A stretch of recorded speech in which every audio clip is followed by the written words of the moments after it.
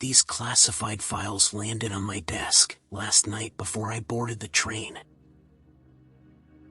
About a book called The Adam and Eve Story, written by Dr. John Thomas in 1966. The book describes a coming shift in the Earth's poles that creates a cataclysm. And Thomas argues that these pole shifts are cyclical. That on regular intervals a disaster wipes out almost all human life, and we start over again in the Stone Age.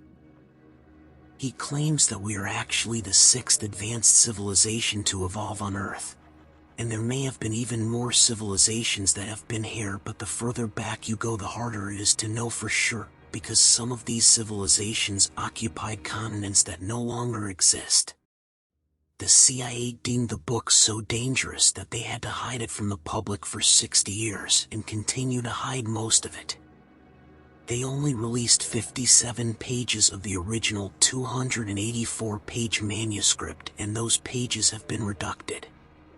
Thomas's theory is not new. In 1958, almost 10 years before the Adam and Eve story, Charles Hapgood published the book The Earth's Shifting Crust, which discussed the Earth crustal displacement hypothesis. This theory says that sometimes the Earth spins really fast and the continents are rearranged. When Hapgood proposed the idea of continental drift, it was called pseudoscience, but Hapgood had his supporters. In fact, Albert Einstein wrote the forewords for 2 of his books.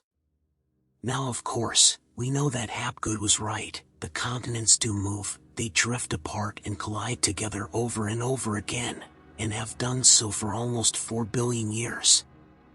Pangaea was the supercontinent that broke apart to form the land masses that exist today, but before Pangaea there was a supercontinent Gondwana which existed for 400 million years. Before Gondwana there was Pangaea, before that Rodinia, Columbia, Atlantica, Arctica, Kennerland, Uar, and Valbera.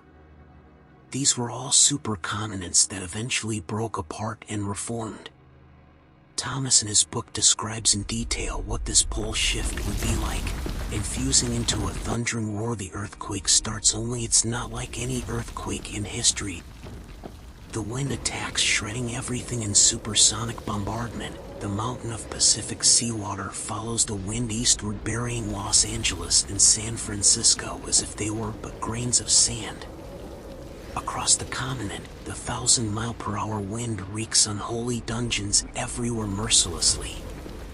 He explains that there's such violent wind because the Earth spins about 1,000 miles per hour. We don't feel this because everything is spinning together: the land, the water, the atmosphere. Thomas says that when the pole shift happens, the Earth's air and water continue to spin, but the land masses stop. In many places, the Earth's molten sublayer breaks through and spreads a sea of white-hot liquid fire. In a fraction of a day, all vestiges of civilization are gone, and the great cities Los Angeles, San Francisco, Chicago, Dallas, New York, Boston are nothing but legends. Barely a stone is left where millions walked just a few hours ago.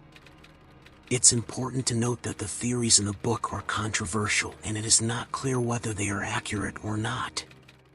The pole shift theory has not been proven, and the idea of cyclical cataclysmic events wiping out human civilization is not supported by mainstream science.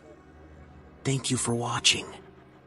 Be sure to subscribe to our channel for more interesting and informative videos.